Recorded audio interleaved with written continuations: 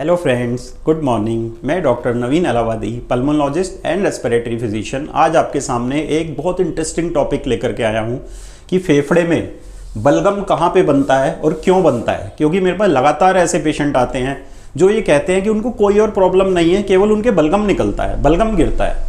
उसमें से ज़्यादातर पेशेंट स्मोकर होते हैं, जिसे हम स्मोकर्स कॉफ या स्मोकर्स स्पुटम प्रोडक्शन भी बोलते हैं। बट कुछ पेशेंट होते हैं जो स्मोकिंग भी नहीं करते हैं, ज़्यादा पोल्यूशन का एक्सपोजर भी नहीं है, फिर भी उनके लगातार बलगम बनता है।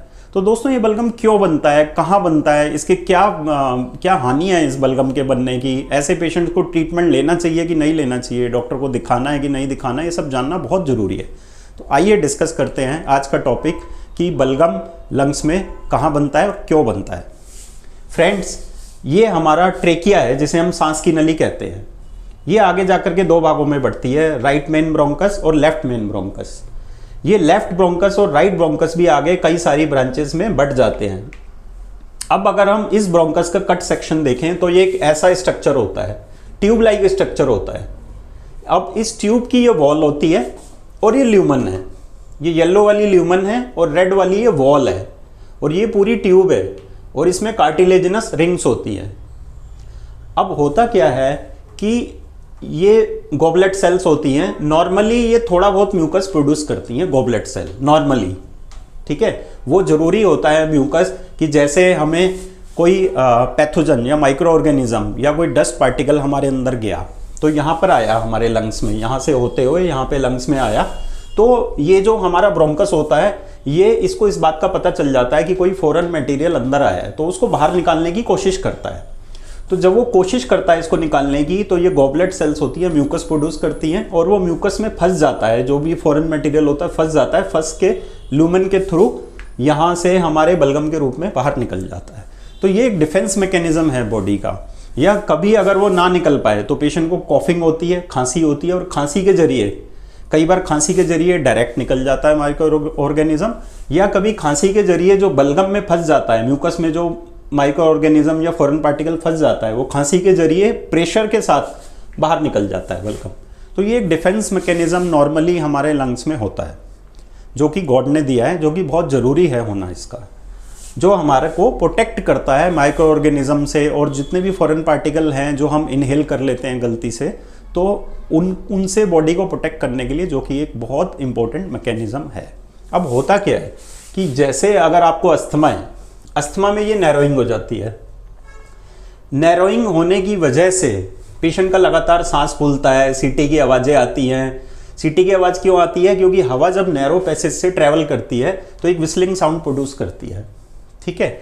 अभी जब वो विस्लिंग साउंड प्रोड्यूस कर रही है, हवा तेज़ी से निकल रही है, तो ये जो म्यूकस की एपिथेलियम है, म्यूकस की एपिथेलियम में कुछ चेंजेस होते हैं, वो सेंस करती हैं कि कोई फॉरेन पार्टिकल है, जैसे हवा का प्रेशर है, कोई फॉरेन पार्टिकल है, कोई फॉरेन गैस है, या कई बारी अस्थमा में इन्फेक्शंस भी होते हैं। तो ये म्यूकस जो होता है यहाँ पे, इनकी हाइपरट्रॉफी हो जाती है गॉबलेट सेल्स की। हाइपरट्रॉफी मतलब वो बड़े हो जाते हैं, गॉबलेट सेल बड़े हो जाते हैं और म्यूकस ज़्यादा पैदा करने लगते हैं। जब ये म्यूकस ज़्यादा पैदा होता है तो ये बलगम के रूप में, ये आप देख सकते हैं यहाँ पे येलो कलर का, एक बलगम के रूप में बाहर निकल जाता है, यहाँ से होते हुए हमारे मुँह से या नाक से बाहर निकल जाता है। अब जैसे अगर पेशेंट को अस्थमा है या सीओपीडी है, तो ऐसे पेशेंट ज़्यादा बलगम बनाते हैं। अगर कोई फॉरेन पार्टिकल अंदर चला जाए, जैसे बाहर से आपने कुछ इनगल्फ कर लिया गलती से, तो भी बलगम के जरिए वो बाहर निकल जाता है। कुछ स्मोकर्स होते हैं जो स्मोकिंग करते हैं, वो जो हानिकारक गैसेस होती हैं उसको इनहेल करते हैं, जैसे ओजोन होती है, नाइट्रोजन के ऑक्साइड, सल्फर डाइऑक्साइड्स, ये बहुत हानिकारक गैसेज होती हैं जो पोल्यूशन में भी प्रेजेंट होती हैं, वो इनहेल करते हैं लगातार। निकोटीन होती है, तो ये फॉरेन पार्टिकल सारे जा करके यहाँ पर जम जाते हैं, जो कि हमारी रेस्पिरेटरी एपिथेलियम को पता चल जाता है, और गॉबलेट सेल्स की हाइपरट्रॉफी होती है, वो ज़्यादा म्यूकस प्रोड्यूस करते हैं ताकि ये हानिकारक पार्टिकल्स हमारे लंग से बाहर निकल सके। तो पेशेंट को अगर अस्थमा है या कोई फॉरेन बॉडी उसने इनगल्फ कर ली है, तो ये म्यूकस के रूप में बाहर निकलता है। कुछ एक पेशेंट होते हैं जिनकी ये जो रेस्पिरेटरी एपिथेलियम होती है, ये हाइपर सेंसिटिव होती है। हाइपर सेंसिटिव जैसे कि कोई स्मेल है उससे हाइपर सेंसिटिव है, या कोई चेंज इन टेम्परेचर है उससे हाइपर सेंसिटिव है, या कोई छोटे मोटे इन्फेक्शंस वायरस के, जैसे राइनो वायरस होता है, वो बहुत कॉमन है, इस तरीके के वायरल इन्फेक्शन से ये हाइपर सेंसिटिव होती है।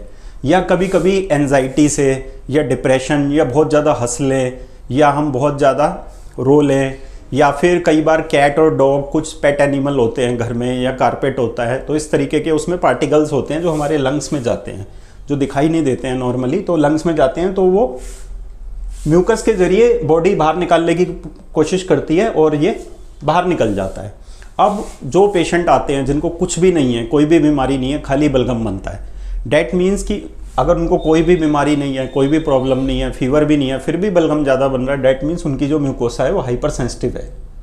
अगर वो पहली बात स्मोकिंग कर रहे हैं तो स्मोकिंग को छुड़वा देना है, स्मोकिंग नहीं कर रहे हैं तो आपने उनको एश्योर करना है कि आपको कोई बीमारी नहीं है। कुछ लोग नॉर्मली ज़्यादा म्यूकस प्रोड्यूस करते हैं जो कि एक डिफेंस मैकेनिज्म है।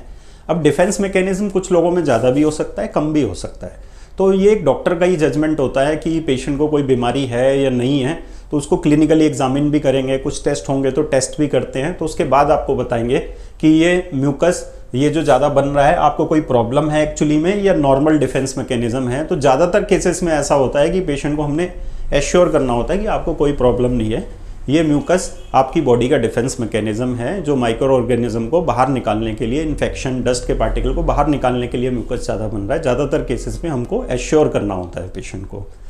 तो आई होप फ्रेंड्स मैंने आपको काफ़ी डिटेल में इन डायग्राम्स के माध्यम से समझाया है और आपको ये वीडियो समझ में आया होगा। फ्रेंड्स मैं अपने क्लिनिक पर 24/7 ऑनलाइन कंसल्टेशन के लिए अवेलेबल हूँ। नीचे दिए गए नंबर पे कॉल करके आप ऑनलाइन दिखाने के लिए अपॉइंटमेंट ले सकते हैं या मुझे फिजिकली मिल सकते हैं सुबह 9 बजे से रात 8 बजे तक। नीचे एड्रेस भी लिखा हुआ है और नीचे फ़ोन नंबर पे कॉल करके आप मेरे को फिजिकली दिखाने का भी अपॉइंटमेंट ले सकते हैं। फ्रेंड्स आई होप आज वीडियो आपको ये पसंद आई होगी। आप इस वीडियो को प्लीज़ लाइक कीजिए, शेयर कीजिए और हमारे चैनल को सब्सक्राइब कीजिए। Thank you.